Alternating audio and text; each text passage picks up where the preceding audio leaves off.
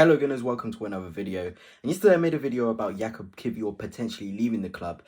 But developments across yesterday and a little bit into the day suggest that this deal is actually moving forward in terms of Jakub Kiwior genuinely leaving the club. And we have identified a potential replacement who I think is so good. He can genuinely be put in the Saliba bracket of players. But before I begin, give this video a massive thumbs up and hit the subscribe. It will be genuinely appreciated. But yeah, let me talk about it.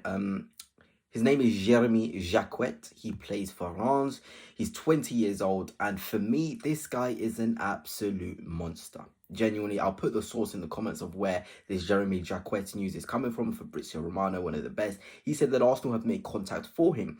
And initially, I'll describe him as the sort of player he is. He is what you sort of see as a central centre-back, but also somebody who can play wide centre-back as well. So basically what that means, Saliba is somebody who plays as a centre-back. And when Arsenal build up the play, so when we have the ball from the back, we split into a three at the back. A left centre-back, a central centre-back, and a right centre-back. Often Saliba's in the middle, Gabriel's as the left centre-back, and the right back becomes a part of that back three, becomes the right centre-back. So whether that's Timber or whether that is Benjamin White. So someone like Jeremy Jacquet, I think he's so good on the ball that he can play in the middle. A lot of people say he's better as a wide centre-back because he's a better sort of channel defender like a Mosquera. He's better when he's faced 1v1 in the ground duels. But I genuinely believe Jeremy Jacquet is so good on the ball that he can have that responsibility in the build-up and progress the play. I'll give you some examples of some statistics that I sort of put up. If you follow my Twitter, @TMTalksBall, you'll know I did this. Jeremy Jacquet has more progressive passes or has a higher volume of progressive passes than Dean Huijsen. He also ranks highly against other under 25 defenders in terms of progressive passes too. So this is a guy who's very comfortable on the board, and he's a big guy as well. I think he's around 6'6", 6'7". So he's massive. He's strong, he's quick, he's powerful. He's young though. That's genuinely the truth about him. He's a young player, and maybe that could be where the issue comes. And I know a lot of Arsenal fans are disappointed. They're probably thinking, why are we getting another centre-back? We don't need another centre-back. But genuinely, the profile of Jeremy Jacquet is needed in the Arsenal squad. Mosquera is seen as the Tomiyasu replacement. Can play right back, he can play centre-back, he can play left centre-back or right centre-back. He can play left back as well in emergency scenarios. Jacquet is a direct rotation option for Saliba because he's better on the ball. But before I continue, a massive shout out as per usual to Dragon Jersey, who are once again, yes, sponsoring this video.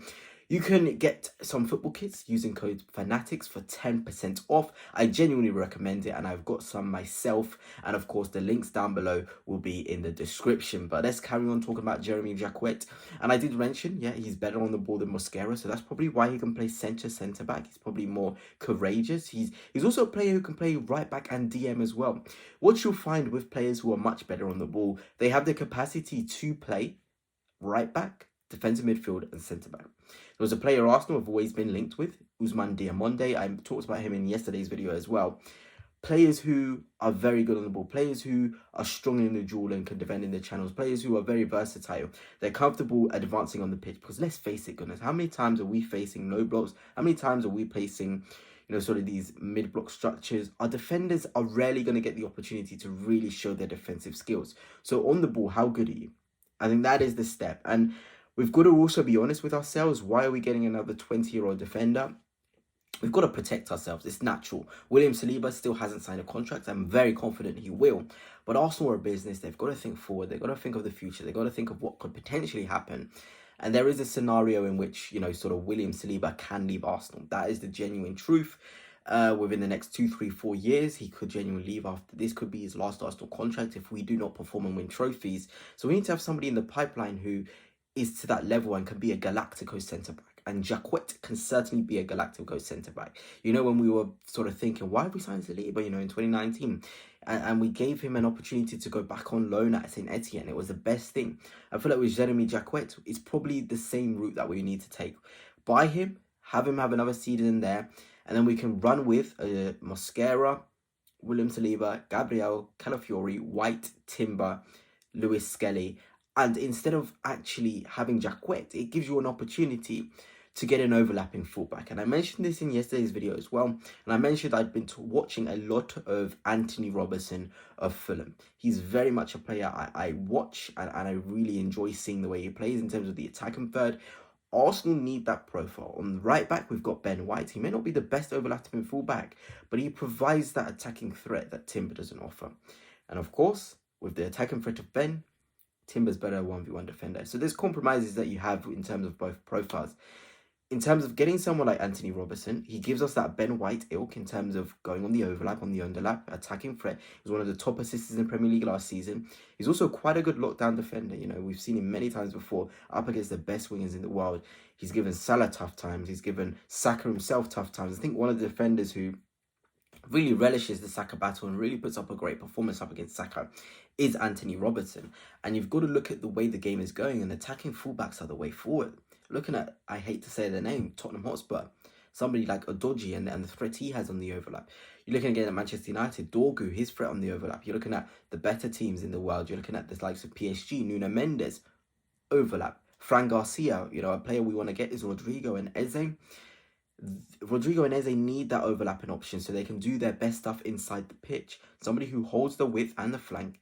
We need that. And it's quite funny we talk about this now because we had two of the best profiles, if you really think about it, in Kieran Tierney and Nuno Tavares. Nuno Tavares is absolutely flying. If you look at the underlying metrics, Nuno Tavares is one of the best players, best left backs in Serie A because of his volume of attacks, the way he goes forward, the assists.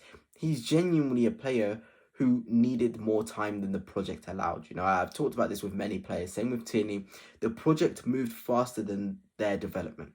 And this is where I'm also pointing towards Fabio Vieira, a player we need to get rid of. The project has moved faster than his development. And this is something I want to get in a lot of Arsenal fans' heads. Because I feel like when we're looking at players, why are we actually selling him? You know, what happened to him? Why did he fall off? These players are still good. And I mean, Sambi Lokonga as well is another player that comes under the bracket of the project moved faster than his development.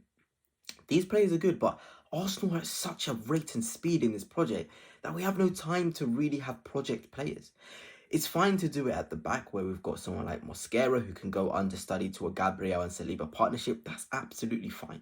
Genuinely is fine. Same with Calafiori. It's fine because we already have level raising, ceiling raising talent already ahead of them. But it's unforgivable in the final third. And this is going to hurt. Martinelli is another example of a player like this. The project is moving faster than his development at the minute. And that's the reality of things. You know, I'm trying to think of other players in our squad. Someone like Martin Odegaard, potentially his deficiencies at the minute. Could the project be moving faster than his development? These are all things us Arsenal fans certainly need to think about when we're looking at players and why we need to sell them. Is the project moving faster than you? Can we wait for you to reach your level again? And this is the ruthless nature of where Arsenal are at the minute. But anyway, gunners, that's it for now. Hope you have enjoyed. And until next time, peace.